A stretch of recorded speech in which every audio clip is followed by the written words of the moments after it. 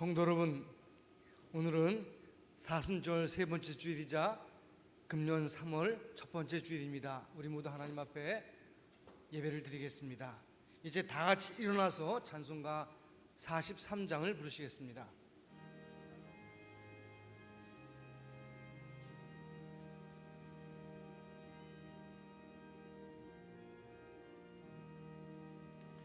즐겁게 안식할라 반갑고 좋은 날 내 마음을 편케 하니 즐겁고 기쁜 날 이 날에 천하 만민 다 보좌 앞에서 참되신 삼위일체 다 찬송 부르네. 이 날의 하늘에서 새 양식 내리네. 성회로 모이라고 종소리 울리네. 복음의 밝은 빛은 온 세상 비치며 또 영생 물이 흘러 시원케 하시네. 이 주일 지킴으로 새 은혜 입어서 영원히 쉬는 곳에 다 올라갑시다. 성부께 찬미하고 성자와 또 성령 참되신 삼위일체 다 찬송 부르네.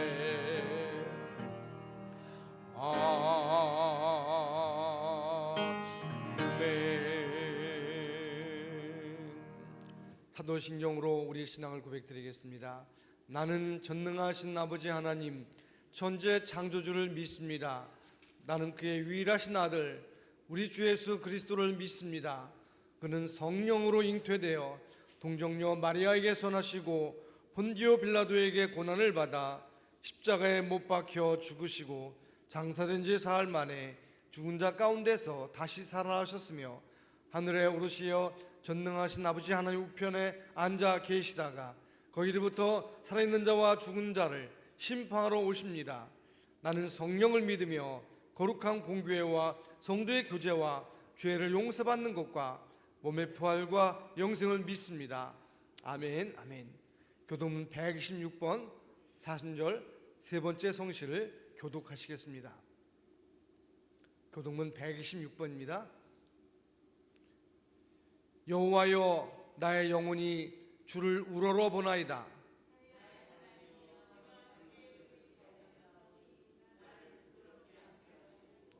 나의 원수들이 나를 이겨 개가를 부리지 못하게 하소서.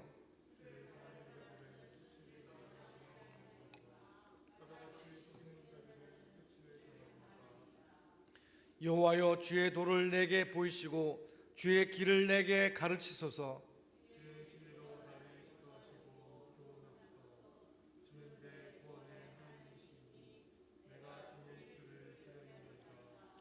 여호와여 주의 긍휼하심과 인자하심이 영원부터 있었사오니 여호와여 내 젊은 시절의 죄와 허물을 기억하지 마시고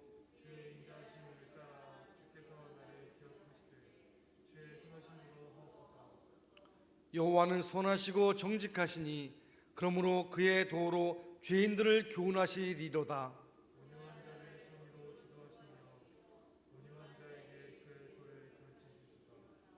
다 같이 읽습니다. 여호와의 모든 길은 그의 언약과 증거를 지키는 자에게 인자와 진리로다. 아멘. 아멘. 자리에 앉으시겠습니다. 찬송가 197장을 부르십니다.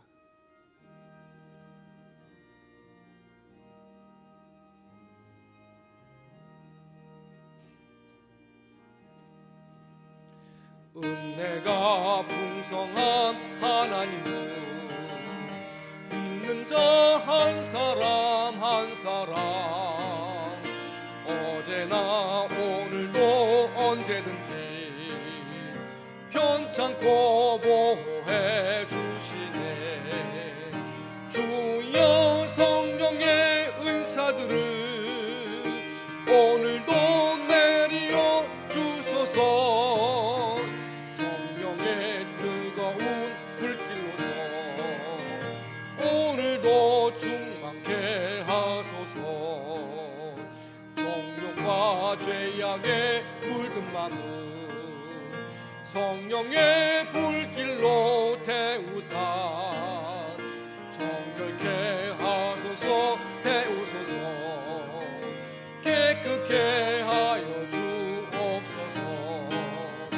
주여 성령의 은사들을 오늘도 내리어 주소서.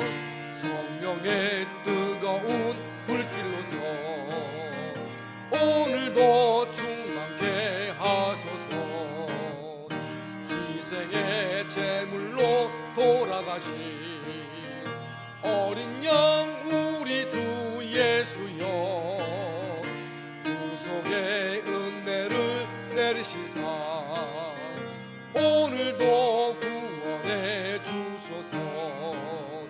주여 성령의 은사들을 오늘도 내리어 주소서. 성령의 뜨거운 불길로서 오늘도 충만케 하소서. 주님의 기쁘신 은혜만을 세상에 널리 전하리니 하늘의 능력과 권세로서 오늘도 입혀 주옵소서. 주여 성령의 은사들을 오늘도 내리어 주소서. 성령의 뜨거운 불길로서 오늘도 충만케 하소서.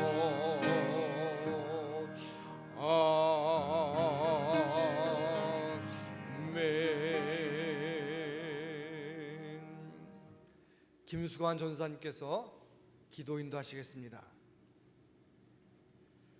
사랑과 은혜의 하나님, 우리의 건강과 삶을 지켜주시고 오늘도 거룩한 주일을 맞아 우리의 발걸음을 주의 성전으로 인도하여 주시니 하나님 감사합니다. 아멘. 하나님, 우리를 불쌍히 여겨주시고 하나님의 거룩하신 손으로 코로나 바이러스를 물리쳐 주시옵소서.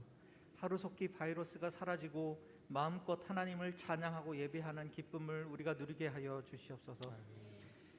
사순절을 지나고 있습니다. 하나님, 2000년 전에 우리를 위해 이 땅에 오신 예수님의 그 크신 은혜를 우리가 다시 한번 깊이 생각하면서 모든 일에 감사하는 우리 모두 되게 하여 주시옵소서. 하나님, 우리의 모든 걱정과 기도의 제목들을 예수 그리스도의 십자가 아래 내려놓습니다. 온 마음과 정성을 다해 하나님을 예배합니다. 하나님, 우리의 예배를 기쁘게 받아주시고 하나님의 은혜와 사랑을 경험하는 귀하고 복된 시간이 되게 하여 주시옵소서. 아멘. 또한 각 가정에서 온라인으로 예배를 드리는 모든 성도들에게도 동일한 은혜로 함께 해주셔서 하나님을 경험하고 예배의 기쁨을 누리게 하여 주시옵소서. 아멘. 평범한 삶이 얼마나 소중하고 하나님의 은혜인지 깨닫습니다. 하나님, 우리를 회복하여 주시고 새롭게 하여 주시옵소서. 하나님, 이 나라가 하나님을 섬기며 하나님의 뜻이 이루어지는 나라가 되게 하여 주시옵소서. 오늘 말씀을 전하시는 이문묵 담임 목사님에게 성령의 충만함을 허락하여 주셔서 목사님의 입술을 통해 선포되는 말씀을 통하여 우리가 하나님을 더욱 깨닫게 하시고 우리의 삶이 변화되게 하여 주시옵소서. 아멘. 목사님의 사역과 가정에 하나님의 한없는 은혜와 사랑으로 채워주실 것을 믿습니다. 오늘도 함께 하실 하나님의 은혜를 기대하며 예수님의 이름으로 기도했습니다. 아멘.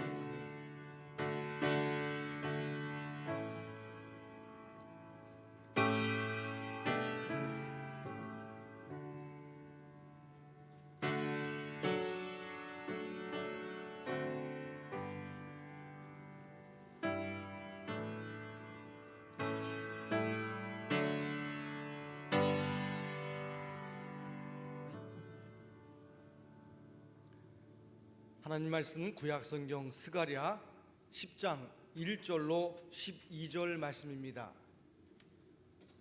구약성경 1320쪽에 그 말씀이 있습니다. 스가랴 10장 1절로 12절 말씀을 제가 받들어 읽습니다.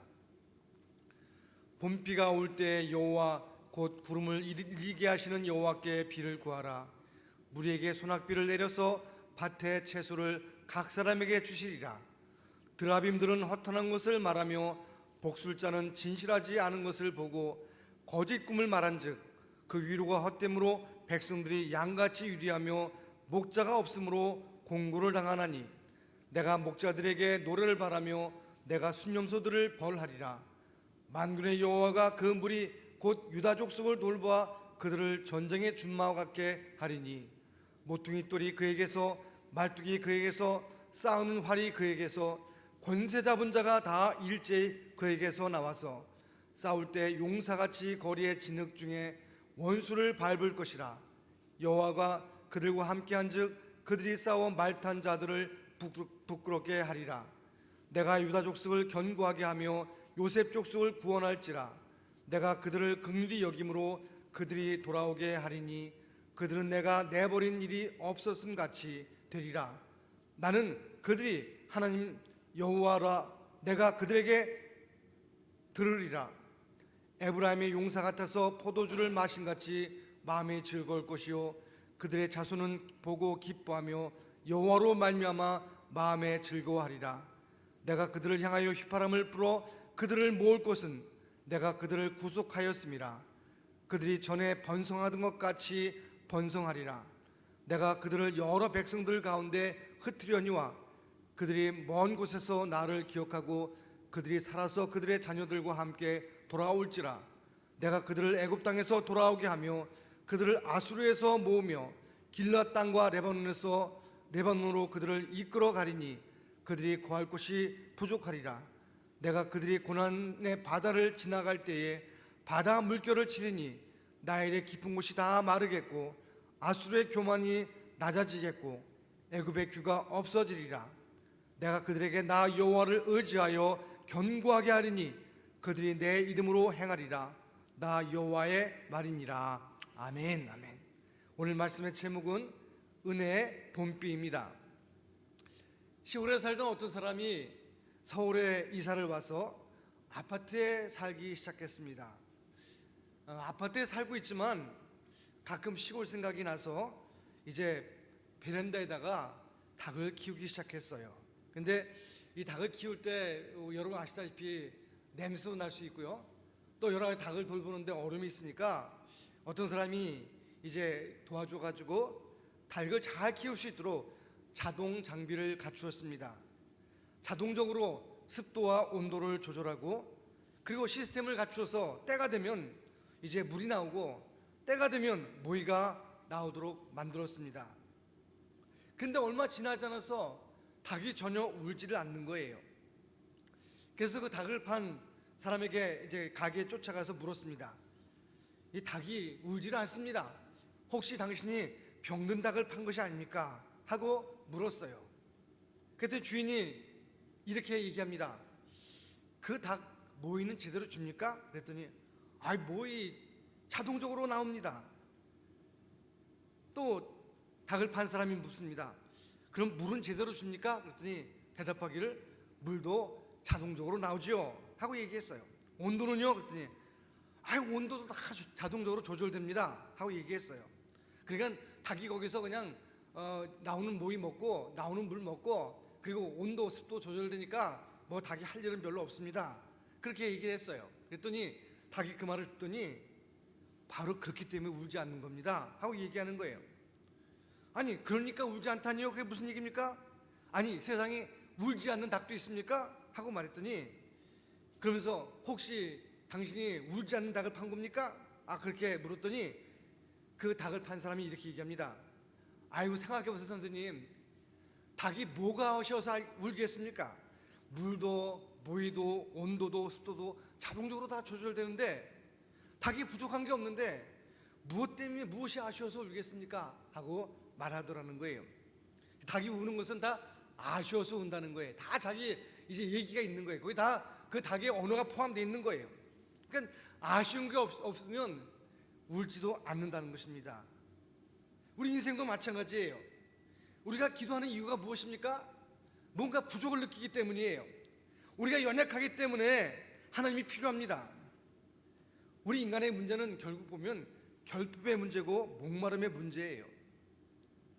없으니까 채우려고 하고 목마르기 때문에 물을 마시는 거 아니겠습니까? 여러분, 이 목마름이라는 것은 고통스러운 것이지만 목마름 때문에 우리가 내 몸에 수분이 부족하구나 하고서 이제 샘을 찾게 되는 것이죠. 물을 마시게 되는 거죠. 자동차를 타고 다니다 보면 기름이 부족할 때 경고등이 들어옵니다. 기름이 부족하기 때문에 그 경고등을 보고서 주유소를 찾아가는 경우가 있어요. 기름이 떨어지면 차가 멈출 수밖에 없지 않습니까? 결국 결핍이라는 것은 고갈을 낳고, 고갈은 갈망을 낳고, 그래서 결국 이 결핍을 통해서 우리는 오히려 복을 누릴 수가 있는 거예요. 결핍을 느낄 때 우리 하나님께 기도할 수 있고 하나님께 간구할 수 있는 것입니다. 민수기 21장 17절에 보면 그때 이스라엘이 노래하여 이르되 우물물아 솟아나라 너희는 그것을 노래하라, 그렇게 기록되어 있어요. 이 민수기 21장은 이스라엘 백성들이 광야를 지날 때 쓴 시입니다. 광야에는 물이 없어요. 그래서 광야에 사는 백성들은 물을 마시는 게 소원이었어요. 그래서 우물물아 솟아나라 하고 외치고 있는 거예요. 여러분, 메마른 광야에서 우물물이 솟아나면 얼마나 좋겠습니까? 여러분, 성경에 보면 인간의 문제를 물과 연관시키는 경우가 많이 있어요. 그것은 물이 있어야 인간이 산다는 것을 보여주고 있는 것이죠. 인간에게 물이 없으면 죽을 수밖에 없지 않습니까? 오늘 스가랴서에 보면 환상이 나오지요. 봄비 또는 소낙비에 대한 환상이에요. 10장 1절에 보면 봄비가 올 때 여호와 곧 구름을 일게 하시는 여호와께 비를 구하라. 무리에게 소낙비를 내려서 밭의 채소를 각 사람에게 주시리라. 그렇게 말씀하고 있어요. 여러분, 봄비를 하나님이 내리신다는 것을 말씀하고 있어요. 설교를 준비하면서 이 봄비에 대한 그 노래를 제가 한번 찾아보니까 쭉 나오더라고요. 12곡 정도, 봄비라는 제목의 노래도 12곡이나 되더라고요. 저는 그 중에서 옛날에 들었던 봄비 가사를 보니까 이렇게 돼 있어요. 봄비, 나를 울려주는 봄비, 언제까지 내리려나 마음마저 울려주네. 이건 김추자라는 사람이 옛날에 부른 노래죠. 꽤 오래된 사람인데 제 뇌리에 그것이 기억되어 있다는 것은 저도 연식이 오래됐다는 표시죠. 또 그런가 하면 이은하라는 사람이 부른 봄비라는 노래도 있어요. 봄비 속에 떠난 사람 봄비 맞으며 돌아왔네. 무슨 드라마 나왔던 노래라 그러죠. 요즘 나온 곡은 뭐 장봉진이라는 사람이 노래 부른 봄비라는 노래도 있어요. 기다렸던 비가 떨어지면 한 번 더 그날의 사랑을 원하고 사랑의 봄비가 떨어진다. 무슨 시 같죠? 백지영이라는 가수도 봄비를 노래했어요. 사랑은 봄비처럼 다가와 촉촉하게 날 흠뻑 적신다. 얼어붙어 있던 내 가슴을 소리도 없이 녹이며 날 깨운다. 여러분, 이 모든 노래들은 대중가요 그 가사들은 보면 이 연인과의 관계, 사랑의 관계를 다루고 있어요. 그런가 하면 봄비를 주제로 한 시도 많지요. 제가 그 중에 제일 좋아하는 것은 제가 중학생이었을 때 국어 교과서에 실렸던 이수복이라는 사람이 쓴 봄비라는 시예요. 입이 그치면 강나루 긴 언덕에 서러운 풀밭이 짙어오겠다. 푸르른 보리밭길 맑은 하늘에 종달 쓰면 뭐라고 찌꺼리겠다. 이런 시가 있어요. 그러니까 봄비가 내리고 나면 그냥 풀이 돋아나고 생명이 막 돋아나고 새들이 웁니다. 다시 말하면 이 겨울의 고난의 추운 시기를 지나서 봄비가 내리기 시작하면 이제 새로운 생명의 역사가 시작된다는 것을 노래하고 있는 거예요. 그렇다면 오늘 스가랴서에 나온 봄비는 어떤 의미가 포함되어 있을까요? 1절을 다시 한번 봅니다. 봄비가 올 때 여호와 곧 구름을 일게 하시는 여호와께 비를 구하라. 무리에게 소낙비를 내려서 밭의 채소를 각 사람에게 주시리라. 이게 우리가 사용하는 개역 개정판의 말씀이에요. 이 말씀을 더 쉬운 번역, 이제 표준 새번역판으로 읽어보면 이렇게 되어 있습니다. 너희는 봄철에 비를 내려달라고 주께 빌어라. 비구름을 일게 하시는 분은 주님이시다. 주께서 사람들에게 소나기를 주시며 각 사람에게 밭에 채소를 주신다. 그렇게 기록되어 있어요. 좀 쉽죠? 그러니까 봄비가 내리려면 먼저 구름이 일어나야 된다는 거예요. 그런데 그 구름이 일게 하시는 분은 하나님이시라는 거예요. 다시 말하면 봄비는 하나님이 주시는 거라는 거예요. 그래서 주님께 비를 달라고 구하라고 스가랴서는 말씀하고 있는 거예요. 그러니까 여기서 말하는 봄비라는 것은 단순히 계절의 비가 아니에요. 하나님이 내리시는 은혜의 비예요. 은총의 비예요. 구름을 일게 하시고 비를 내리시는 분은 바로 하나님이라는 것을 본문은 또 강조하고 있습니다. 이 스가랴서는 이스라엘 백성들이 바벨론의 포로로 잡혀 있다가 70년 만에 다시 조국 이스라엘로 돌아올 때 활동한 선지자예요. 어쩌면 이스라엘 백성들이 바벨론에 70년 동안 포로로 잡혀 있을 때 계절을 말한다면 겨울과 똑같을 거예요. 정말 거기서 눈물 어린 노예 생활을 했어요. 그런데 이제 기나긴 노예 생활이 끝나고 이제는 해방되었어요. 기나긴 겨울이 지나고 이제는 봄이 왔다는 것입니다. 봄은 만사가 회복되는 계절이에요. 회복을 상징하는 것이 바로 봄비인 것입니다. 그러니까 봄비가 내리면 얼어붙은 땅이 풀리고 그리고 심은 채소도 새순이 돋기 시작하면서 이제 생명의 역사가 시작되는 것입니다. 그래서 만물이 소생하는 계절, 그렇게 부르는 것입니다. 그래서 스가랴서의 봄비는 회복의 봄비예요. 성경에 보면 비에 대한 언급이 많이 나오지요. 이 성경에 보면 이른비라는 말이 있어요. 이른비. 사실 이 지중해성 기후, 이스라엘은 지중해 연안에 있잖아요. 이 지중해성 기후는 우리나라 기후하고 좀 달라요. 우리나라는 보통 보면은 이제 겨울이나 봄, 가을에는 비가 많지 않고요. 여름에 주로 장마라고 해서 여름에 비가 많이 내리지 않습니까? 그러나 이제 지중해성 기후는 그 반대예요. 오히려 겨울에 비가 많이 내리고 그리고 이제 가을에 또는 봄에 비가 조금씩 내립니다. 여기 보면은 이제 이른비가 있어요. 이것은 가을비예요. 10월, 11월 중에 이제 내리는 비입니다. 이 가을비가 내리면 이제 그게 촉촉하게 젖죠. 땅이 이제 수분을 머금기 시작합니다. 그때 씨를 뿌리는 거예요. 그리고 이제 파종하고 나면 이 식물이 자랄 때 큰 비가 내리기 시작합니다. 그 소낙비죠. 그건 오히려 12월부터 2월 사이에 내리는 비예요. 그래서 그 비를 맞고서 이제 채소들이, 나무들이 성장하게 되는 거예요.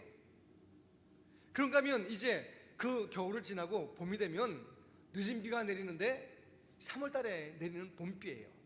그 봄비를 통해서 결실이 이제 이루어지게 되는 거예요.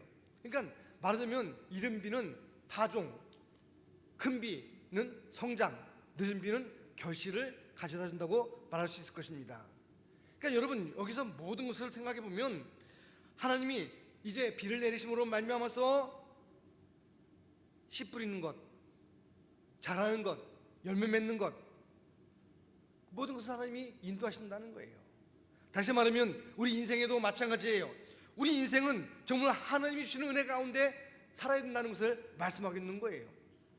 모든 것이 하늘의 비에 의존되어 있다는 것입니다. 그런데 중요한 것이 있어요. 1절을 다시 한번 봅니다. 봄비가 올 때 여호와 곧 구름을 일게 하시는 여호와께 비를 구하라. 무리에게 소낙비를 내려서 밭의 채소를 각 사람에게 주시리라 말씀하고 있어요. 여기 보니까 분명히 뭐라 했어요? 비를 구하라 그렇게 말씀하고 있어요. 그러니까 하나님이 우리에게 뭘 주시겠다고요? 그렇게 하면 우리에게 소낙비를 내려주시겠다는 거예요. 누구에게요? 무리에게, 모든 사람에게 주시겠다는 거예요. 그러니까 하나님이 그 비를 구하는 자에게 풍성한 비를 내려주신다는 것을 말씀하고 있어요. 사실 하나님은 우리가 생각하는 것보다 더 크시고 우리의 기도보다 더 크게 응답하시는 것을 믿습니다. 에베소 3장 20절에 보면 우리 가운데서 역사하신 능력대로 우리가 구하거나 생각하는 모든 것에 더 넘치도록 능히 하실 이에게 교회 안에서와 그리스도 예수 안에서 영광이 되도록 무궁하기를 원하노라. 우리가 생각하거나 구하는 것보다 넘치도록 하신다는 거예요. 마태복음 7장 11절에 보면 너희가 악한 자라도 좋은 것으로 자식에게 줄 알거든 하물며 하늘에 계신 너희 아버지께서 구하는 자에게 좋은 것을 주시지 않겠느냐, 그렇게 말씀하고 있어요. 하나님은 좋은 것을 주고 싶어하는 분이에요. 우리가 구한 대로 주시되 정말로 이제 좋은 것을 주시는 분이에요.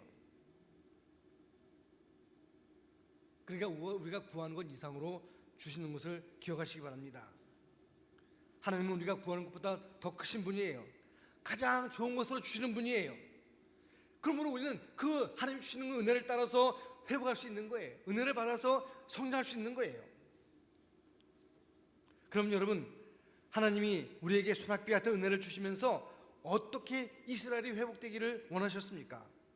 2절부터 마지막 절까지 보면 하나님이 회복시키는 긴 과정을 소개하고 있어요.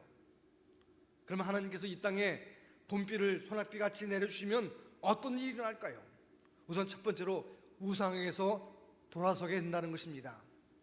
2절에 보면 드라빔은 허탄한 것을 말하며 복술자는 진실하지 않은 것을 보고 거짓 꿈을 말한즉 그 위로가 헛됨으로 백성들이 양같이 유리하며 목자가 없으므로 공고를 당하나니, 그렇게 말씀하고 있어요. 여기서 드라빔은 이제 가정에서 섬기는 우상이에요. 그러니까 이 우상들은 허탄하고 진실하지 않고 헛되다는 거예요. 그러니까 이 우상을 숭배하고 우상을 따르던 사람들은 전부 양같이 유리하고 갈 곳이 없어진다는 거예요. 또 진정한 목자가 없어서 공고를 당하게 된다는 것입니다.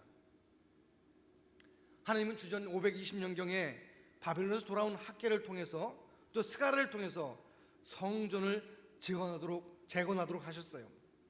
그런데 여러분, 성전을 아름답게 짓고 세우는 것을 참 강조하면서도 그 말하자면 새 출발하는 거죠. 새 출발.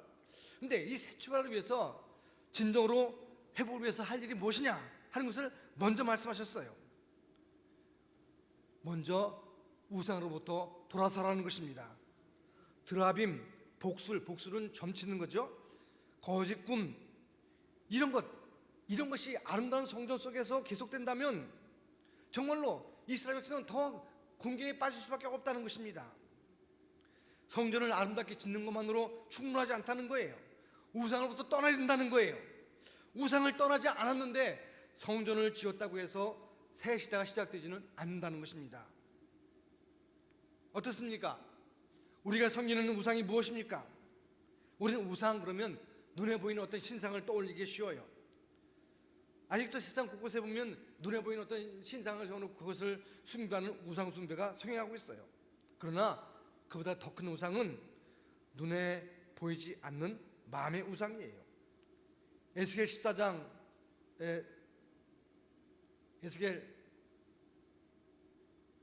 14장 3절에 보면 이 사람들이 자기 우상을 마음에 들이며 그렇게 기록하고 있어요.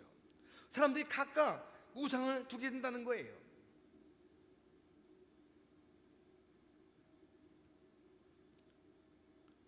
사실요, 여러분, 칼빈이 말한 것처럼요, 우상은요, 이 정말 우리 마음에 자리 잡고 있어요. 그래서 칼빈은요 그런 말했어요. 우리 마음은 우상 공장이다, 그런 말했어요. 우상을 자꾸 만들어내는 거예요.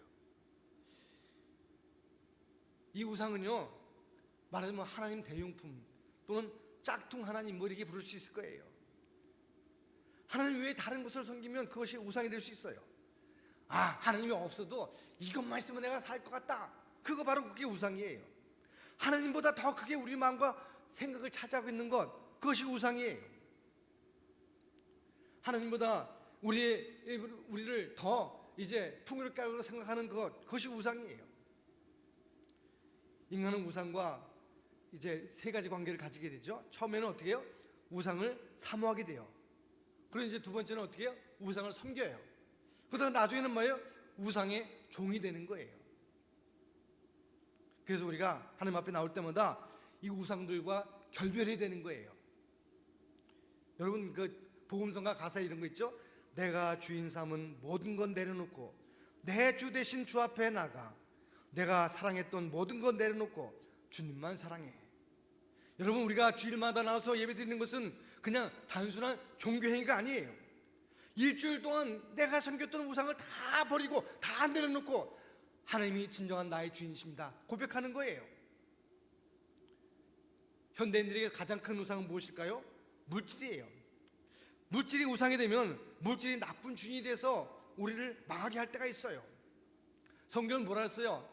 너희가 하나님을 사랑해라, 그리고 물질을 잘 이용해라 하는 거예요. 근데 우리는 반대예요. 물질을 사랑하고 하나님을 이용하려고 그래요. 그러니까 물질을 위해서 하나님을 이용하려고 하는 사람들이 얼마나 많습니까? 이게 정말 잘못된 신앙이에요. 물질은 사랑의 대상이 아니고 사용의 대상이에요. 사용해야 되는 거예요. 여러분 하나님께서 내려주시는 봄비, 은혜의 수납비를 사모하시기 바랍니다. 그 봄비를 맞게 될 때 은혜의 수납비 가운데 우리는 우상을 버리고 새로운 길로 새로운 삶을 살게 될 줄로 믿습니다. 하나님께로 진정 돌아가게 될 줄로 믿습니다. 두 번째로 은혜의 소낙비 봄비가 내리면 회복의 은혜가 임한다는 것입니다. 우리는 언제든지 하나님 아닌 것으로 우리를 채우려고 시도할 수 있어요. 그래서 우리는 늘 넘어집니다. 인생을 통해서 참 성공과 실패를 우리가 경험하지만 그 중에 하나가 뭐냐면 우리가 거기서 느낄 수 있는 게 뭐냐면 이 넘어진 자리가 곧 전환점이라는 거예요. 흔히 하는 말로 우리가 위기 그럴 때 위기는 위험과 기회가 같이 공존하고 있는 거예요. 그러니까 넘어져 있다는 것은 뭐예요? 그냥 넘어져 계속 있으라는 게 아니라 일어나라는 거예요. 시편 37편 24절에 보면 그는 넘어지나 앞주 엎드러지지 아니하면 여호와께서 그의 손으로 붙드심이로다, 그렇게 말씀하고 있어요. 하나님이 그렇게 우리를 붙들어 주시기 때문에 넘어져도 아주 엎드러지지 않는다는 것입니다. 전도서 7장 14절에 보면 형통한 날에는 기뻐하고 공고한 날에는 되돌아보아라, 그렇게 말하고 있어요. 그러니까 우리가 형통할 때는 감사하며 기뻐하지만 이제 곤고하고 어려움이 당하면 어떻게 해요? 생각해보라는 거예요. 뒤돌아보라는 거예요. 현재라고 하는 것은요, 하나님의 큰 그림 중에 한 모자이크 한 조각이에요. 그것이 전체 중에서 어디를 차지하는지는 우리가 잘 몰라요. 그 조각만 보면 이게 무슨 그림인가 하고 의문이 들 때가 있어요. 그러나 분명히 그 조각은요 큰 그림 안에 위치하고 있어요. 한 조각이에요. 그러니까 넘어졌을 때 잠시 멈춰서 전체 그림 안에서 그 조각을 보자는 거예요. 혹시 그 그림이, 그 조각이 이상하게 보일지라도 전체 그림에 딱 맞춰주면 정말로 기가 막히게 이제 아름다운 그림을 그리게 되는 거예요. 합력하여 손을 이루시는 하나님을 그릴 수 있게 될 줄로 믿습니다. 우리는 그 그림의 한 부분이에요. 근데 여러분, 진짜 실패는요 넘어지는 게 아니에요. 사실은 넘어지고서 다시 일어나지 않으려고 하는 게 실패예요. 진짜 실패예요. 실패는 성취하지 못한 것이 아니라 성취하기를 그만두는 거예요. 실패는 잘못한 것이 아니라 잘못했다고 다시 시도하지 않는 게 실패예요. 하나님 지금도 나와 함께 하시고 나를 바라보고 계십니다. 하나님은 회복의 하나님이십니다. 넘어진 자를 일으키시는 하나님입니다. 여러분, 이 주님의 은혜를 받아서 회복의 은혜를 받으실 주로 축원합니다. 일어나라, 다시 시작하라 말씀하시는 그 하나님 앞에 은혜 받아 승리한 여러분 되시길 주로 축원합니다. 세 번째로 은혜의 소낙비가 임하면 하나님의 인도를 받게 되는 것입니다. 8절에 보면 내가 그들을 향하여 휘파람을 불어 그들을 모을 것은 내가 그들을 구속하였습니다. 그들이 전에 번성하던 것 같이 번성하리라, 그렇게 말씀하고 있어요. 여기 휘파람이란 말이 나오죠. 휘파람을 불어서 그들을 모은다 하는 것은 무엇입니까? 옛날 이스라엘 백성들이 목축할 때, 양을 부를 때 휘파람을 불어서 양을 모은다는 거예요. 물론 그 당시에도 뭐 이제 양뿔로 만든 나팔이나 이런 거 있었겠지만, 그러나 그것보다 휘파람, 목자의 휘파람 자체가 큰 특징을 가지고 있어. 그 휘파람 소리를 듣고 양들이 모인다는 거예요. 요즘 같으면은 뭐 호루라기를 불거나 또는 무슨 뭐 그 목장의 개에게 방울을 달아서 이렇게 듣고 따르게 하지만, 그러나 옛날에는 목자들이 주로 휘파람을 불어서 양들을 인도했어요. 어떻습니까? 하나님은 우리의 목자가 되시고 우리는 그분의 양임을 여러분 믿습니까? 시편 100편 3절에 보면 그는 우리를 지으신 이요 우리는 그의 것이라 그의 백성이요 그의 기르시는 양이로다, 그렇게 말씀하고 있어요. 여러분, 양하면 여러분 잘 아시는 시편 23편을 아시죠? 여호와는 나의 목자시니 내게 부족함이 없으리로다, 그렇게 말하죠. 1절부터 6절까지 보면 여호와는 나의 목자시니 이렇게 시작해서 그 다음에 뭐예요? 내가 여호와의 집에 영원히 살리로다. 거기 여호와라는 말이 여러 번 등장해요. 여기 보면 2절에 보면 풀과 맑은 물가로 인도하십니다. 또 3절에 보면 영혼을 소생시키십니다. 4절에 보면 지팡이와 막대기로 나를 인도하십니다. 5절에 보면 내게 상을 베푸신 너 여호와 하나님이에요. 6절에 보면 우리가 영원히 여호와의 집에 살도록 하나님이 우리를 초청하십니다. 여러분, 하나님의 인도를 사모하시기 바랍니다. 주의 은혜의 본필을 받아서 정말 하나님이 인도하신 가운데 승리한 여러분 되시길 바랍니다. 네 번째로, 우리가 하나님의 은혜의 본필을 이제 맡게 되면 옛것은 지나가고 새것이 임하게 되는 거예요. 11절에 보면 내가 그들이 고난의 바다를 지날 때 바다 물결을 치리니 나일의 깊은 곳이 다 마르겠고 아수르의 교만한 시 낮아지겠고 애굽의 규가 없어지리라. 여기에 나일, 또 아수르, 애굽, 이런 나라는 그 당시에도 강대국이에요. 그러니까 여기 보니까 고난의 바다를 지날 때라는 말이 나오죠. 참 중요한 일이에요. 회복된 사람에게 그 바다가 없어지는 게 아니라, 바다 물길이 없어지는 게 아니라 하나님이 그것들을 그대로 두시지만 모든 것들을 마르게 하시겠다는 거예요. 우리를 고난스럽게 하고 우리를 고통스럽게 만드는 것을 마르게 하시겠다는 거예요. 아수르나 애굽이 없어지는 게 아니지만 아수르를 낮아지게 하고 애굽의 규를 없애겠다는 거예요. 규라는 것은 권력을 상징하는 거예요. 애굽의 권력을 이제 없애겠다는 거예요. 여러분, 그렇습니다. 믿음의 사람이라고 해서 고난이 없어지는 건 아니에요. 그러나 하나님이 이 모든 것을 지나가게 할 줄 믿습니다. 은혜를 받게 되면요, 이 지나가는 은혜를 받게 되는 거예요. 여러분, 유월절, 이스라엘 백성들이 애굽에서 해방될 때 유월절은 뭐예요? 영어로 패스오버예요.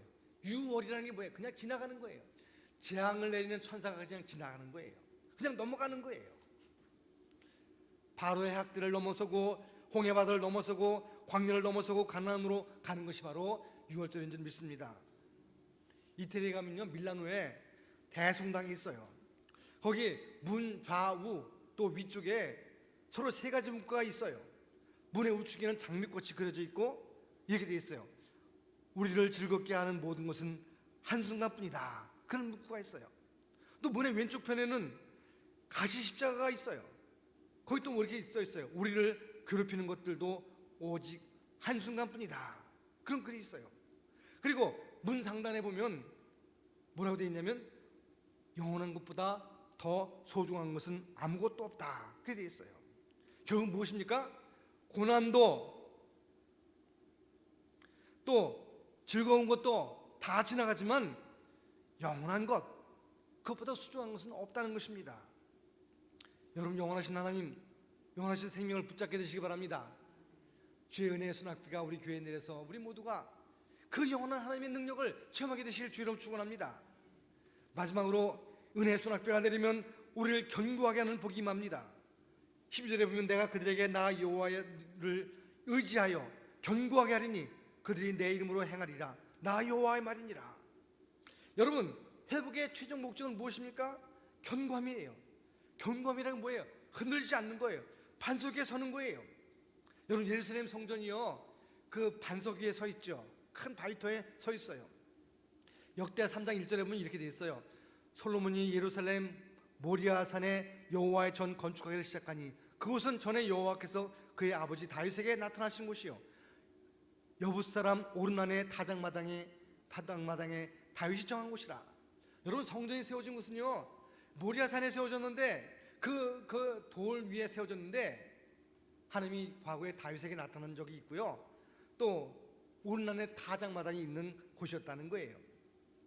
여러분, 그 이유가, 그 얘기는 뭐냐면 결국 그 반석, 그 돌 위에 성전이 세워졌는데 그 돌은요 역사적으로 많은 사연을 품고 있다는 거예요. 특별히 여러분, 이 예루살렘 모리아산에 그 성전이 건축되어 있다는 것을 보면, 모리아 하면 뭐가 생각나요? 아브라함이 독자 이삭을 바치던 때, 먼 옛날이죠. 그죠? 성전 지을 때를 시작해서 먼 옛날에 하나님이 아브라함을 통해서 그 응답하셨던 그 바위, 그 모리아 바위, 거기에 성전이 세워졌다는 것입니다. 성전이 그 견고한 터 위에 세워졌다는 거예요. 그러니까 건축학적으로도 바위 위에, 튼튼한 바위 위에 세워졌다는 것도 중요하지만, 거기 역사적으로 계속 하나님의 임재와 하나님의 능력을 경험했던 그 자리에 세워졌다는 거예요. 여러분, 우리는 기억해야 합니다. 하나님은 그 반석 위에 교회를 세우십니다. 하나님이 베드로에게 이 반석 위에 내 교회를 세우겠다 그랬죠. 그 반석은 또 베드로를 의미하기도 하고, 또 뭐예요? 신앙 고백의 반석을 의미하기도 하는 것이에요. 성경 수없이 하나님을 반석이라고 부릅니다. 시편 18편 2절에 보면 여호와는 나의 반석이시오, 그렇게 고백하고 있어요. 또 시편 31편 3절에 보면 주는 나의 반석과 산성이시니, 그렇게 고백하고 있어요. 여러분, 하나님의 은혜 가운데 반석에 서시기 바랍니다. 이 신학자 가운데 벤겔은 그런 말을 했어요. 하나님만 두려워하는 사람은 하나님 아닌 어떤 것도 두려워하지 않는다. 그러나 하나님을 두려워하지 않는 사람은 하나님 아닌 어떤 것도 두려워한다. 이게 무슨 얘기예요? 하나님을 의뢰하는 자들은 견고하게 서고 두려움이 없다는 것입니다. 하나님이 우리를 굳게 세워주기 때문에 흔들림이 없다는 것입니다. 그렇습니다. 주님이 주시는 은혜는 견고함의 은혜예요. 여러분, 우리말에도 그런 말 있죠.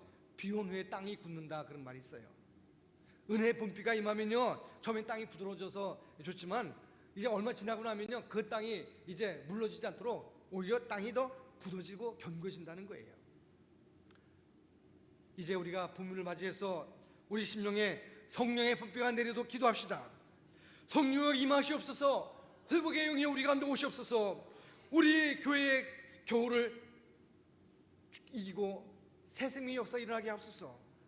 인생의 겨울로 단단해진 우리의 심령을 녹여주옵소서. 성령의 메마른 우리의 땅에 소낙비 임하셔서 우리를 다스려 주옵소서. 그렇게 기도하며 은혜를 사모하는 여러분 되시기를 주님의 이름으로 축원합니다. 기도드리겠습니다.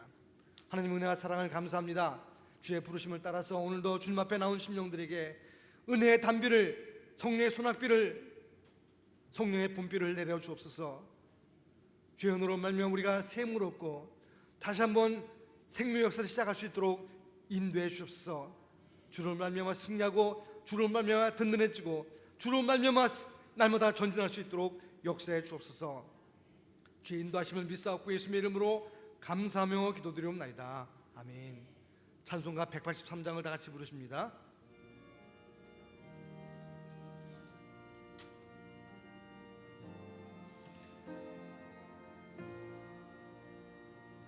빈들의 마른 풀같이 시들은 나의 영혼, 주님이 약속한 성령 간절히 기다리네. 가물어 메마른 땅에 단비를 내리시듯 성령의 단비를 부어 새 생명 주옵소서. 반가운 빗소리 들려 산천이 춤을 추네. 봄비로 내리는 성령 내게도 주옵소서. 가물어 메마른 땅에 단비를 내리시듯 성령의 단비를 부어 새 생명 주옵소서. 절 따라 우로를 내려 초목이 무성하니 갈급한 내 심령 위에 성령을 부소서. 가물어 메마른 땅에 단비를 내리시듯 성령의 단비를 부어 새 생명 주옵소서. 참되신 사랑의 언약 어길 수 있사오랴. 오늘의 흡족한 은혜 주실 줄 믿습니다. 가물어 메마른 땅에 단비를 내리시듯 성령의 단비를 부어 새 생명 주옵소서.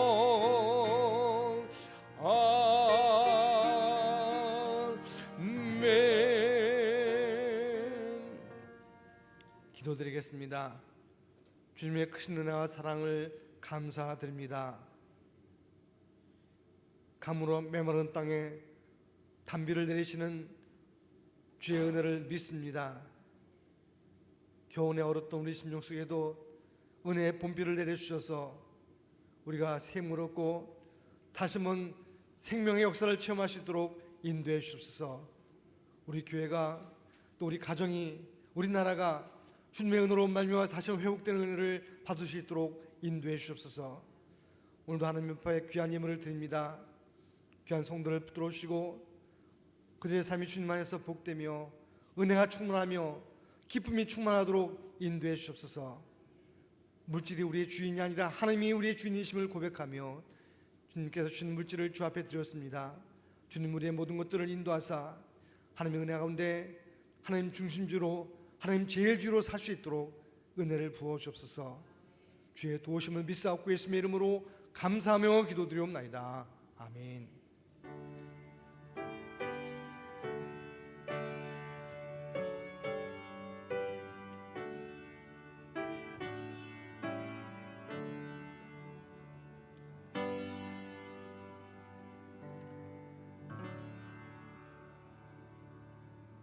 할렐루야. 코로나19 바이러스 사태가 계속되고 있습니다. 여러분 속히 끝나도록 기도해 주실 뿐만 아니라 또 그동안에 마스크 착용이라든가 또 열 체크라든가 또 손소독이라든가 거리두기 같은 것을 여러분 잘 준수하셔서 우리가 안전하고 또 기쁨이 가득 찬 예배가 되시도록 협조해 주시고, 또 사회생활 속에서도 이제 이 나라의 코로나 바이러스가 속히 끝나도록 기도해 주시기 바랍니다. 온라인으로 예배드리는 성도들도 이제 본당에서 함께 현장에서 참여하는 분들과 마찬가지로 헌금에 참여하시기 바랍니다. 이번 주일은 사순절 세 번째 주일입니다. 주님의 십자가를 깊이 묵상하고 주님의 은혜 가운데 사는 여러분 되시기 바랍니다. 마이네 권사님께서 무릎 관절 수술을 위해서 서울대 분당병원에 13일에 이제 이번 주 토요일에 입원하셔서 코로나 검사를 하고 다음 주 월요일에 수술을 할 계획입니다. 여러분 위해서 기도해 주시고, 이것이 참 사실은 좀 어려운 또 시간이 걸리는 수술이에요. 속히 회복되고 건강을 회복할 수 있도록 기도해 주시기 바랍니다. 또 여러분 아시는 이정래 권사님은 이제 모든 것이 회복되어서 이제 지금 가정으로 돌아오셨어요. 어제 신방 갔는데 정말로 이제 거의 회복되셨는데 남은 모든 것들이 다 회복될 수 있도록 여러분 기도해 주시기 바랍니다. 혹시 다른 광고 있으십니까? 이제 우리 다 같이 일어나서 송영 54장 부르신 후에 축도로 예배를 마치겠습니다.